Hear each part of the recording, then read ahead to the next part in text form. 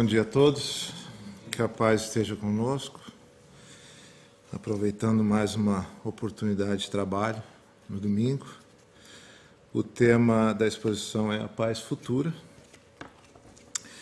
que tem muito a ver com a mensagem que foi lida, não é? A longa jornada que Jesus nos veio ensinar, com a sua humildade. Até a maneira como ele nasceu é uma lição. Nasceu numa manjedoura, né, de maneira bem humilde. Foi carpinteiro, mas não esqueceu. Aliás, ele se dedicou a ajudar os necessitados. Então, que Deus esteja conosco. Eu peguei a mensagem, a pergunta do Livro dos Espíritos, 966. Por que o homem faz ideias tão grosseiras e absurdas das penas e gozos da vida futura? E a resposta dos Espíritos é um pouco longa. Eu não gosto de slide longo, mas eu tinha que colocar para poder dar a ideia, né, completa. Então, é por causa da nossa inteligência que não é suficientemente desenvolvida ainda. Como uma criança, a gente pode testemunhar um evento e cada fase da nossa vida a gente vai contar esse evento de uma maneira, não é? Uma criança vai interpretar daquela maneira, um adolescente, um adulto, um idoso, e também depende do grau de evolução daquela pessoa, daquela criança, do entendimento mental e espiritual. Então, hoje, depois de séculos e séculos de encarnações, através de encarnações, oportunidades que recebemos de crescimento, ainda temos uma ideia de paz, de felicidade futura muito imatura, espiritualmente falando, onde pensamos no futuro, o futuro do corpo ainda. Quando as pessoas falam do futuro, do amanhã, pensando na vida material. E essa resposta dos Espíritos nos mostra que ainda temos muito que aprender sobre a vida futura. E como é que se garante a paz futura? É no presente, não é? O presente, ele é o resultado de ontem e é a causa do amanhã. O amanhã vai ser o resultado do presente. Então, talvez por isso que a vida seja um grande presente de Deus. O significado de paz do dicionário Aurélio, de acordo com a nossa linguagem atual, não é? Nos fala da harmonia, da concórdia, o sossego, a tranquilidade, calma, repouso. Nos fala também da paz armada, onde estamos, né, nos Estados Unidos, que mantém a paz com exército, com bases em países aliados. Nos fala de fazer as pazes e reconciliar-se. Como é que podemos aplicar isso espiritualmente para o nosso amanhã espiritual? O sossego está fora, né? A gente imagina o sossego é aquela rede, água de coco. Ninguém chega no paraíso, ninguém vai ao Pai se não for por mim. E Jesus não estava, né, no paraíso assim, tropical. Não é através do repouso e nem da paz armada. Mas podemos escolher a harmonia, a tranquilidade, a calma no nosso interior, nas nossas atitudes, na nossa interação com nossos irmãos encarnados e desencarnados. E um dos principais, aqui não tem o pointer, é reconciliar-se. Não existe nada que nos traga mais paz e harmonia do que reconciliar algo que nos incomoda, algo do passado, uma briga, uma discussão, algo antigo, algo atual.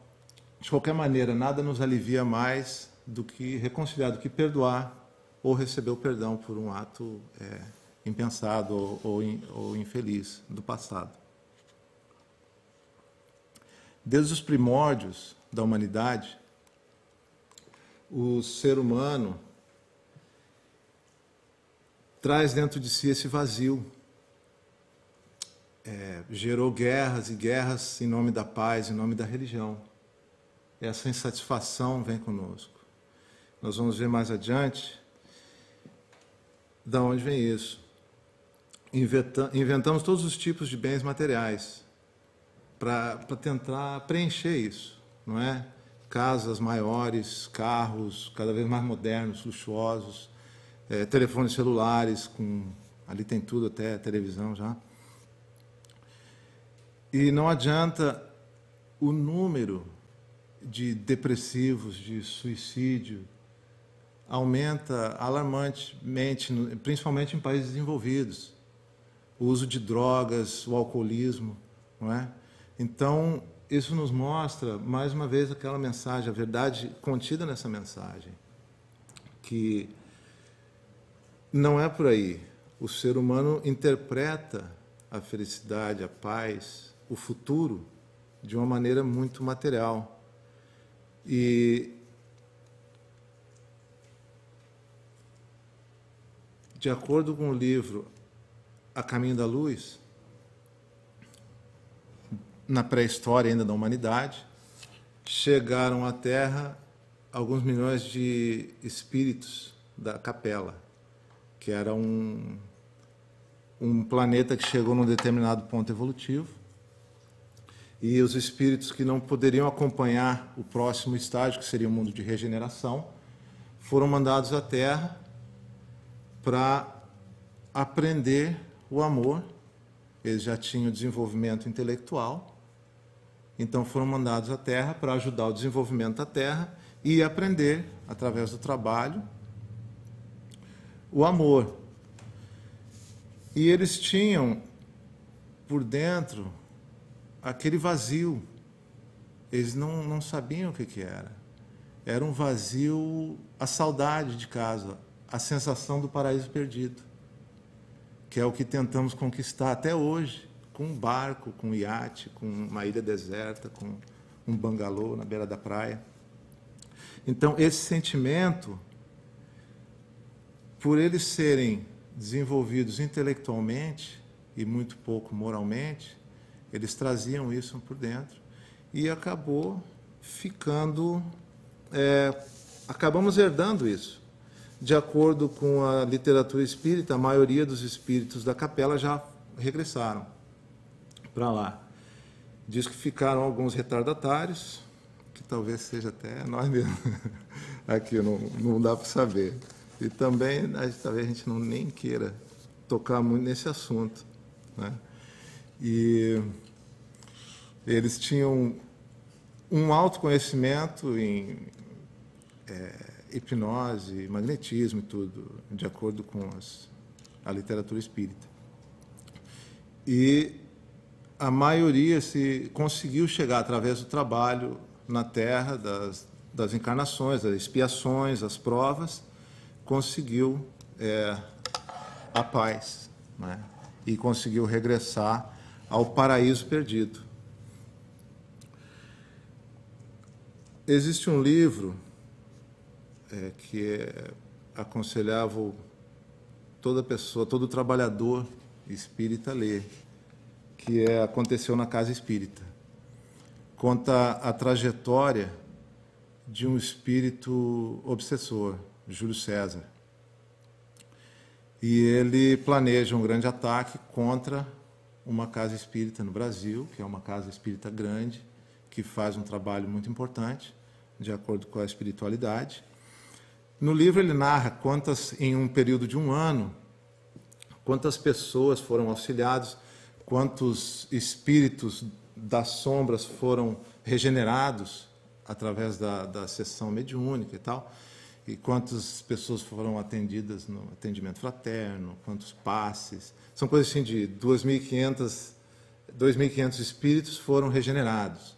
É uma conta muito grande, era uma casa muito ativa. Aqui no Brasil tem casas espíritas gigantes. E então ele organiza esse ataque e ele consegue um determinado sucesso. Quando ele está planejando o ataque, os espíritos que estão subordinados a ele começam a sugerir coisas grandiosas, né? De destruir, de jogar pedra, enfim.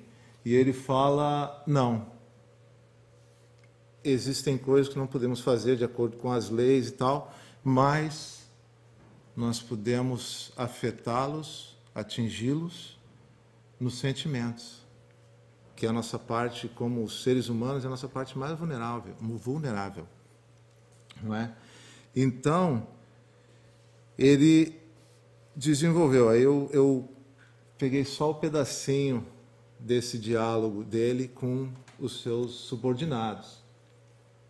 Ele falou, nossa atuação será nas sombras. Não, nossa atuação será na surdina. Trabalharemos silenciosamente, ocultamente, no campo dos sentimentos, sugerindo pensamentos, estimulando as irritações, o ciúme, a fofoca, a indignação, os milindres, a disputa de cargos, funções, tarefas, etc. Temos aí um vasto campo de atuação junto às inferioridades humanas.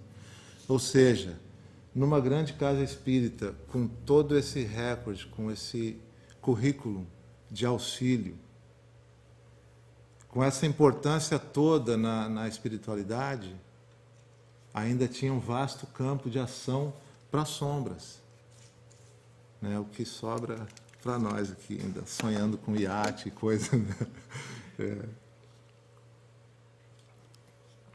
E ele desenvolveu o ataque e colocou em ação. Então foi um tempo onde houve grande desarmonia, interferência nos trabalhos, muita gente deixou de ir ao centro espírita esse, se dedicou a outras coisas. Uma das médiums montou uma casinha dessa de ler a sorte. Então, são coisas que desviou muita gente. Palestrantes, acho que foram 12 que saíram, 15 passistas, né? Então, a casa sofreu muito. Gente do teatro, da evangelização infantil, eles perderam muitos trabalhadores e muitos ficaram desestabilizados, desorientados e desequilibrados e já eram inconstantes, já não cumpriam com as suas obrigações. Então, foi um tempo muito difícil para aquela casa espírita. Até que houve a intervenção dos mentores. Chegou uma hora onde os mentores resolveram entrar em ação.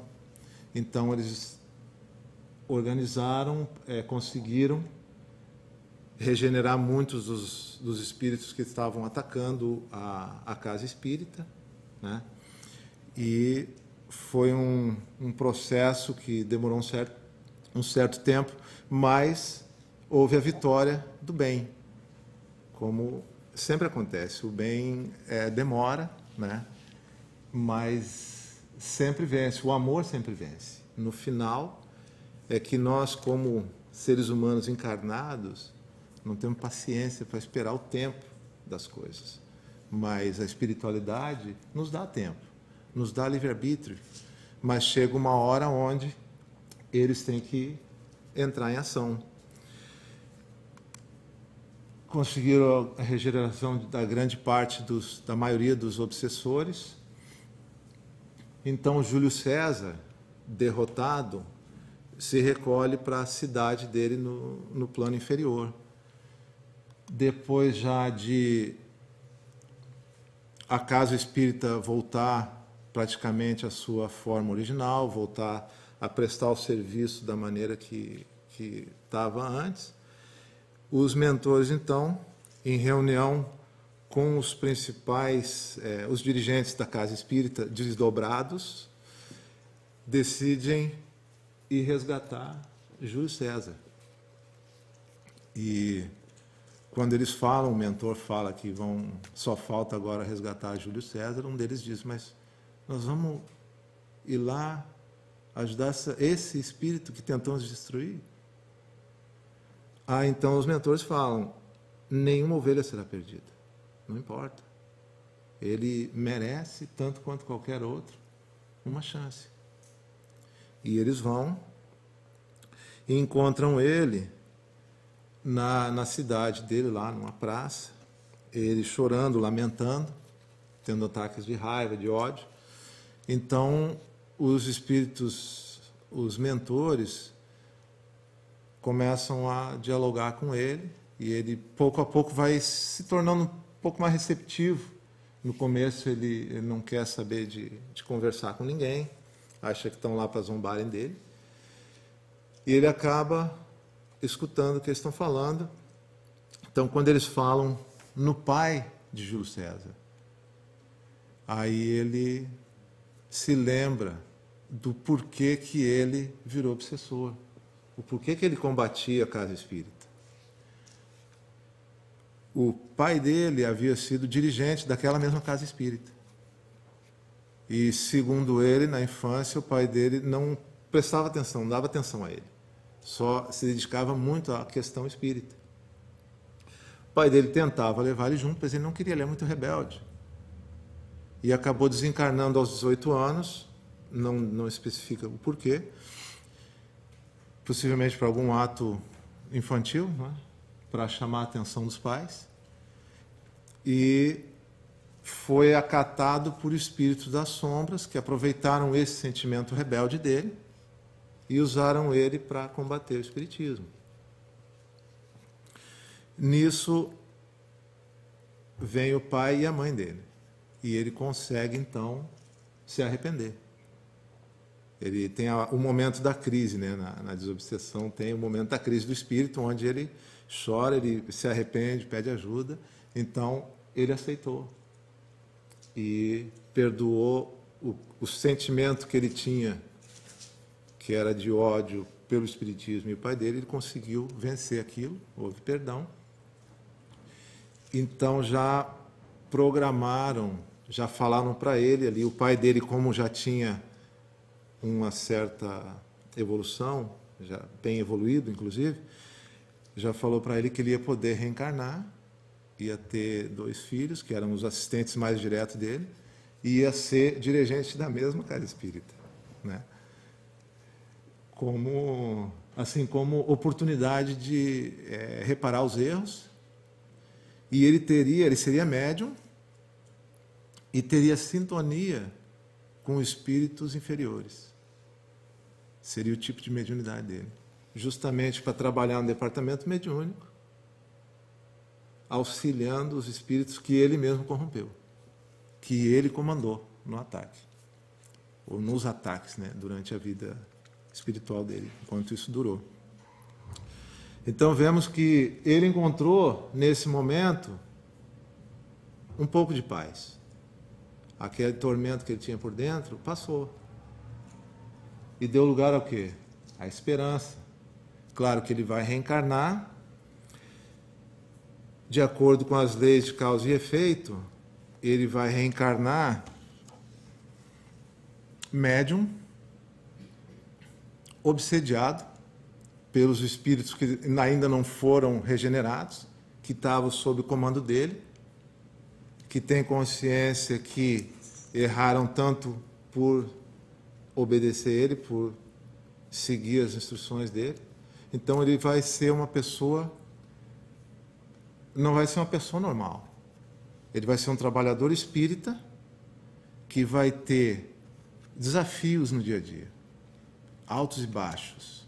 Até ele conseguir se equilibrar, até ele ter conhecimento, ele vai sofrer com isso. E vai fazer quem está junto com ele sofrer. Não é? Às vezes o pai, a mãe, a esposa, os filhos.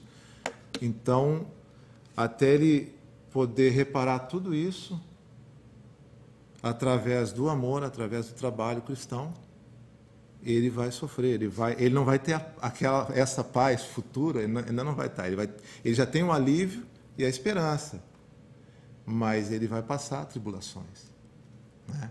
Em busca, na escalada dele até atingir a paz futura, até essa tranquilidade, esse vazio que trazemos por dentro, essa insatisfação do ser humano, muitas vezes vem da consciência inconsciente que temos dos nossos erros do passado. Essa vontade que temos de auxiliar os outros, muitas vezes é a nossa consciência dizendo, vai, porque tu tem que fazer, porque tu precisa, para aliviar esse peso que temos por dentro. E isso não vai ser aliviado através de comprimidos para depressão, que quem assiste um pouco de TV vê as propagandas de depressão. Tem um determinado horário do dia, de uma determinada programação, onde a propaganda é basicamente remédio para depressão. Ou seja, quem assiste esse tipo de programa? A pessoa que está deprimida. E aí tem um comprimido para depressão. Aí daqui a um pouco dá a propaganda de um outro, para tomar junto com aquele, porque aquele pode não estar resolvendo tudo. Onde a pessoa que estuda, que aprende o espiritismo, vê que isso, o comprimido, claro, a parte médica, é importante tratar o corpo físico, mas só o corpo físico não resolve. Tem que tratar a parte espiritual, o nosso espírito, né? Então, é importante a medicina terrena, sim, mas a medicina da alma é muito mais importante. Pelo menos tão importante quanto.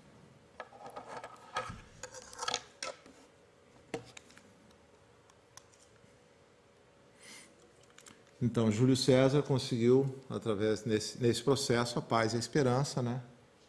E a esperança de reparar seus erros e atingir a paz futura. Temos aqui o paraíso terrestre e o paraíso celeste, né? O paraíso terrestre, cada um tem o seu, né? Cada um imagina. Se eu falar assim, eu estou no paraíso. Se eu falar para o meu filho, ele imagina um carrão, uma Ferrari, né, na beira da praia. Se eu falar para o meu irmão, ele imagina um restaurante, porque ele adora comer, né? Então, ele imagina um restaurante com uma comida boa. Então, cada um traz dentro de si o seu paraíso, né? Para muita gente é um barco, é um avião, enfim, cabelo. Né? Para mim é uma rede. É uma rede, então. A rede, água de coco, né? Então, é isso aí. Só que tem um detalhe. O paraíso terrestre, ele é relativo. Porque ele pode ser perturbado. Ele pode deixar de ser paraíso.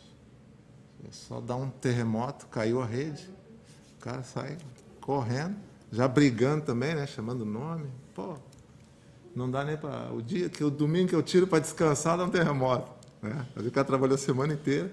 Então, esse paraíso, ele não é duradouro. Ele é, claro, necessário, né? Porque ninguém é de ferro. Eu tenho um pouquinho de ferro, mas não é todo. Só uma pontinha aqui de metal. E ninguém é de ferro, então precisamos, claro, dessa parte, mas não podemos esquecer do paraíso celeste, porque é isso que viemos fazer aqui. É nossa longa jornada em busca dessa conquista. Isso é uma conquista do espírito. O paraíso terrestre é uma conquista do corpo. O corpo fica aqui, o espírito continua. E muitas vezes o espírito ainda adquire débitos por causa disso, né? Temos que prestar atenção nisso.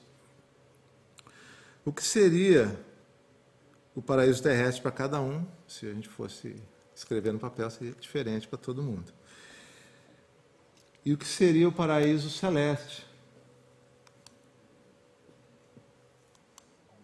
Aí, lindo, né? É mais ou menos isso que tu falou, né? A rede, só que não tem a rede aí. Eu tinha uma da rede, mas eu tirei, que eu achei essa mais legal. Então, são duas pessoas no paraíso terrestre. Essas duas pessoas podem estar vivendo um inferno por dentro. Elas podem estar fisicamente no paraíso, mas mentalmente, espiritualmente, elas podem estar sofrendo muito. Pode estar tendo depressão, não sei, a perda de um ente querido. Eles podem simplesmente estar lutando contra o alcoolismo, não dá para ver o que tem na mesa. Então, é relativo, é uma sensação da matéria, que é realmente apeladora, é lindo, é divino. Mas que nos satisfaz, nos traz alegria, vamos dizer. Não nos traz felicidade. A felicidade é além disso. A pessoa pode estar aí, passando um momento alegre, e ser uma pessoa infeliz. Está tomando remédio para depressão. Não é? Pode estar aí também, nessa multidão, sorrindo, andando nos brinquedinhos, e ter um grande conflito interno, ter uma vida miserável, fazer a vida de outra pessoa também é um inferno, não é?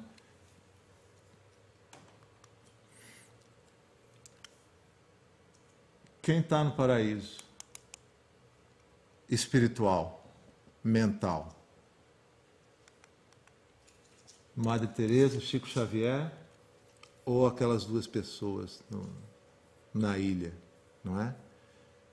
100% de chance, Chico Xavier e Madre Teresa, internamente, mentalmente e espiritualmente, estão no paraíso. Estão em paz. Nenhum precisa de bebida, de remédio. Os dois são grandes, e fora outras pessoas, são grandes exemplos, né, da paz, da tranquilidade, da dedicação, da felicidade real da pessoa, que é uma felicidade que é de dentro para fora, que se multiplica quanto mais se dá.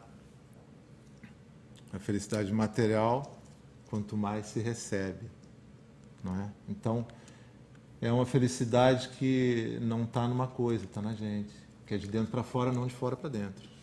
Que o mundo pode nos dar essa felicidade, mas nós temos que buscá-la. E como é que nós buscamos? Aí agora onde fica interessante, né? Porque é muito bonito falar do paraíso, e que existe e que nós temos que fazer nossa parte para chegar lá. Mas aí sempre tem alguém que me pergunta: mas como é que faz? Se tu sabe tanto de paraíso, como é que faz para chegar lá? Vamos voltar ao ataque espiritual. Júlio César falou, não é um ataque grandioso. Detalhes, são pequenas coisas, sentimentos, emoções, não é? Então, a própria Madre Teresa disse, eu li isso, mas eu não sei onde foi, pode ter sido até no Facebook, mas eu sei que eu li e foi ela que disse, se você quer promover a paz mundial, vá para casa e ame a sua família. Então, o processo começa com uma vida na Terra, microscópico. É em casa, é ao nosso redor, é onde estamos. Eu já conversei com muita gente que fala assim, eu ainda não estou pronto, eu gostaria de participar mais, mas não estou pronto, eu sou muito imperfeito. Pessoas que não se acham em condições de ajudar ninguém, de fazer caridade, de ser trabalhador espírita, não é? Fala, não estou pronto, eu sou muito cheio de defeitos, eu tenho cheio de mania, eu não vou dar certo. Jesus chamou os apóstolos, eram homens comuns. Jesus era um outro tipo de espírito já, um espírito perfeito. Era, não era? É. E os apóstolos eram todos pessoas do mundo, como nós. Também é mais uma mensagem que Jesus nos deixou, incógnita ali, subliminar. É uma mensagem oculta que ele nos deixou. Para seguir Jesus, não precisa ser Jesus, não precisa ser outro espírito crístico. Basta ser um espírito que quer fazer. Quando a gente quer fazer, a gente encontra uma razão, um motivo. Quando a gente não quer, a gente encontra uma desculpa. Então, uma frasinha que eu coloquei no último minuto. Cada caridade que você pratica é uma luz que se acende em torno dos seus próprios passos.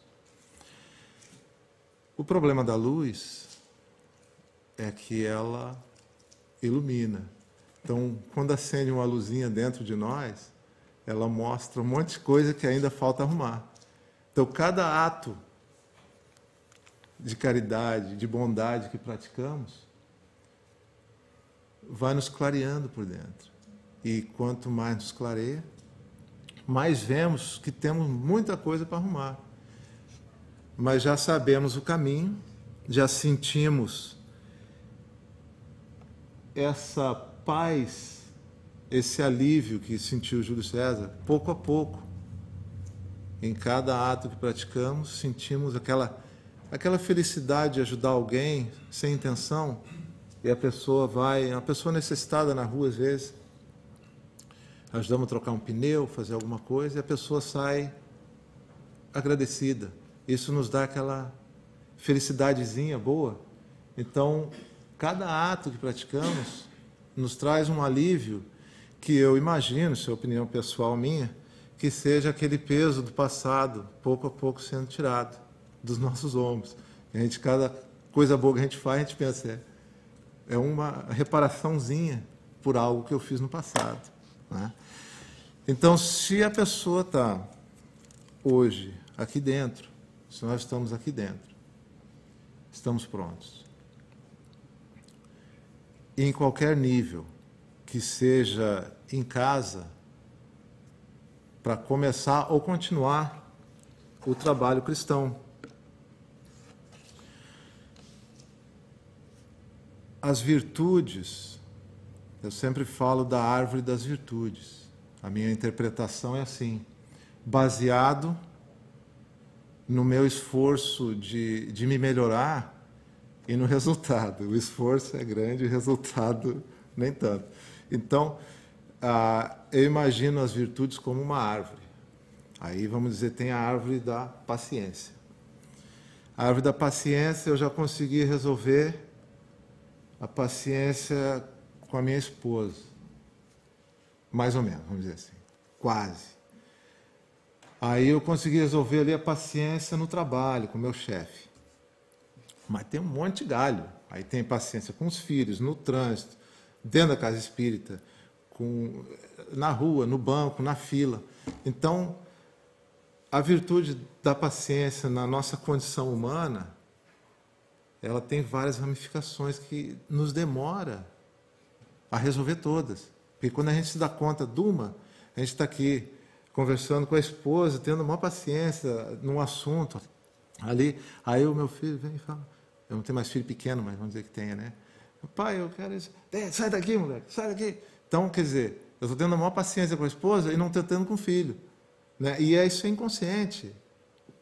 Até nós conseguirmos resolver tudo isso, demora muito. Deus nos dá o tempo. E nós, com certeza, estamos tomando esse tempo. Minuto a minuto.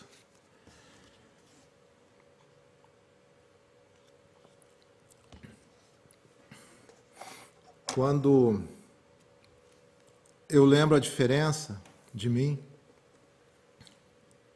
nas minhas atitudes e tudo, antes do espiritismo e depois.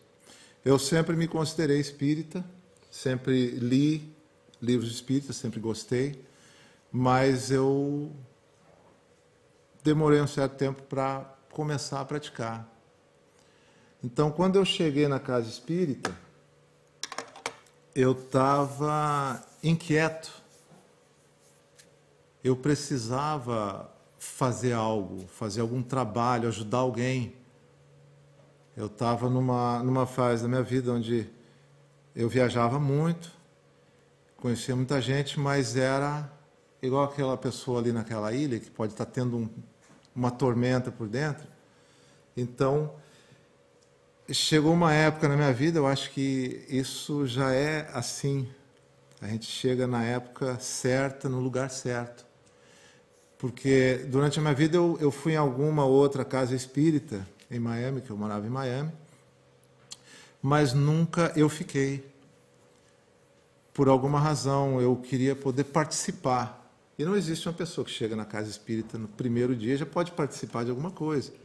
Eu não tinha paciência de esperar a minha vez, de entrar e aprender e participar.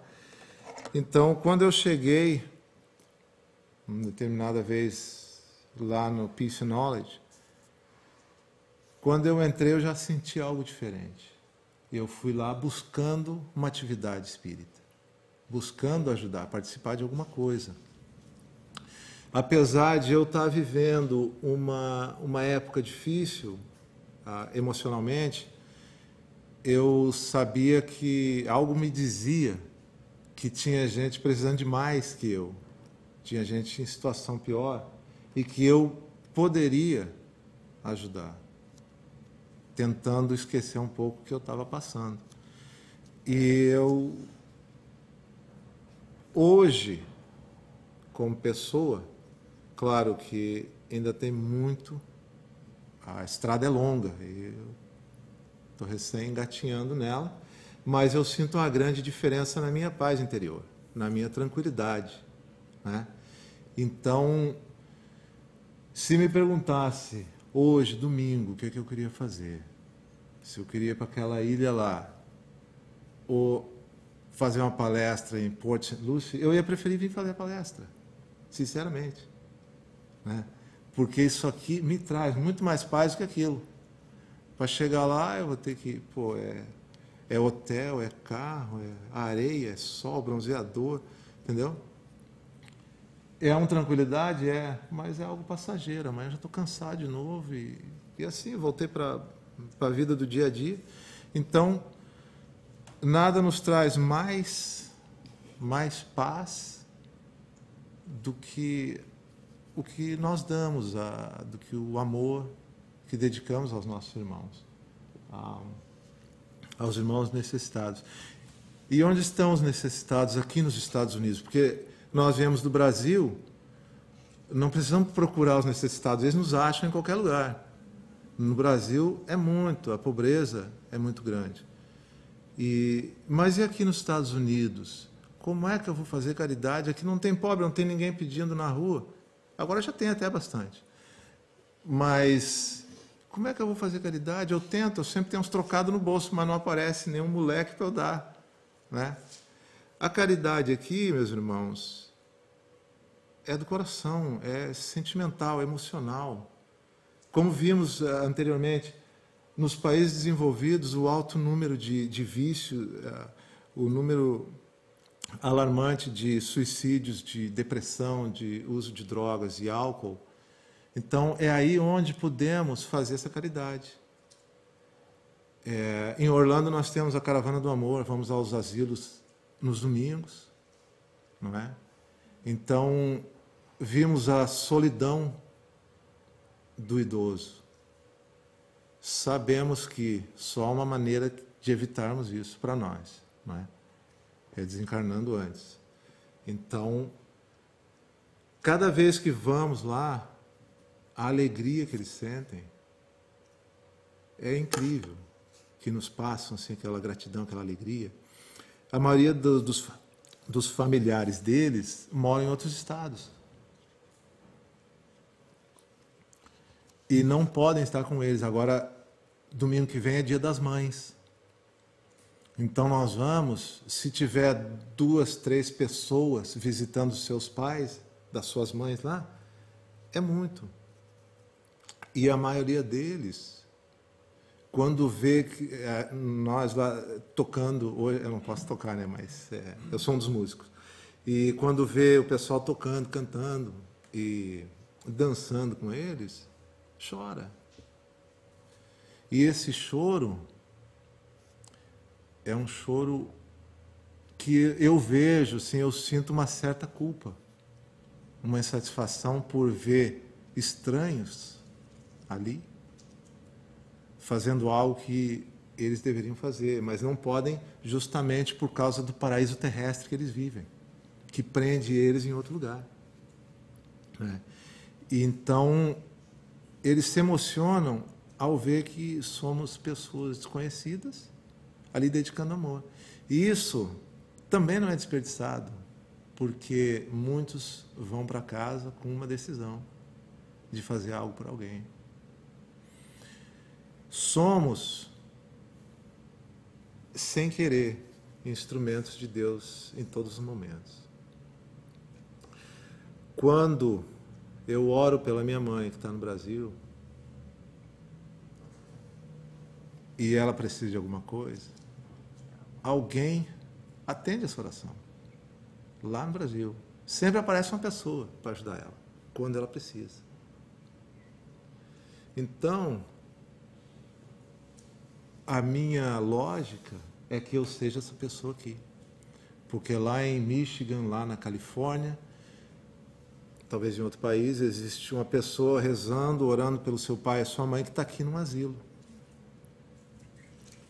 Então, nada mais justo do que eu ser a pessoa que vai atender essa oração. Toda prece é atendida, toda prece é escutada e atendida da maneira adequada àquela situação, àquela pessoa, às necessidades daquele espírito, não é?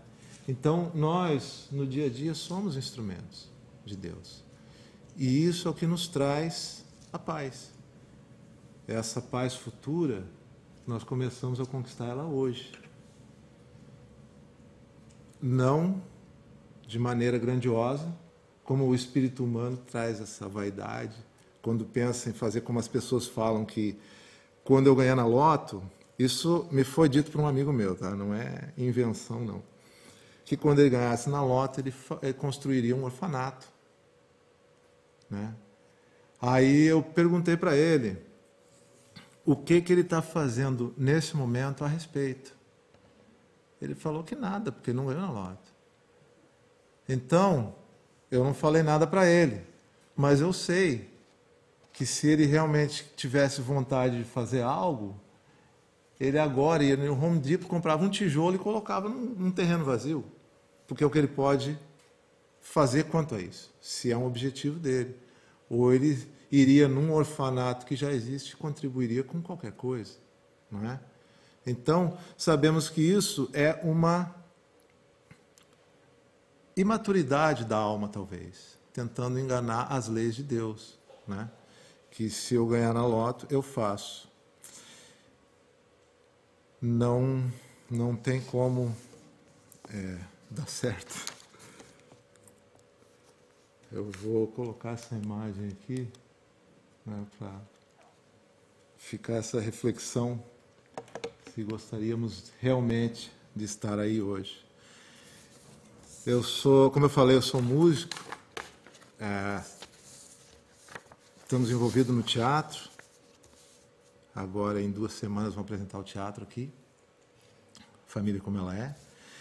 Eu sempre gostei de arte, música, poesia, e eu trouxe uma poesia para compartilhar, que fala que justamente é a paz no além. O autor espiritual é Valado Rosas, o livro é Parnaso de Além Túmulo, por Chico Xavier. Deixa eu tentar ler ela, tentar enxergar essa letra aqui. Dentro da noite, grandiosa e calma, Deixo a minha alma falar aqui, aos companheiros de luta e crença da graça imensa que recebi. Graça divina de haver sofrido, de ser vencido no mundo vão. Graça de haver sorvido tanto o amargo pranto da ingratidão. Na vida obscura e transitória, a nossa glória vive na dor.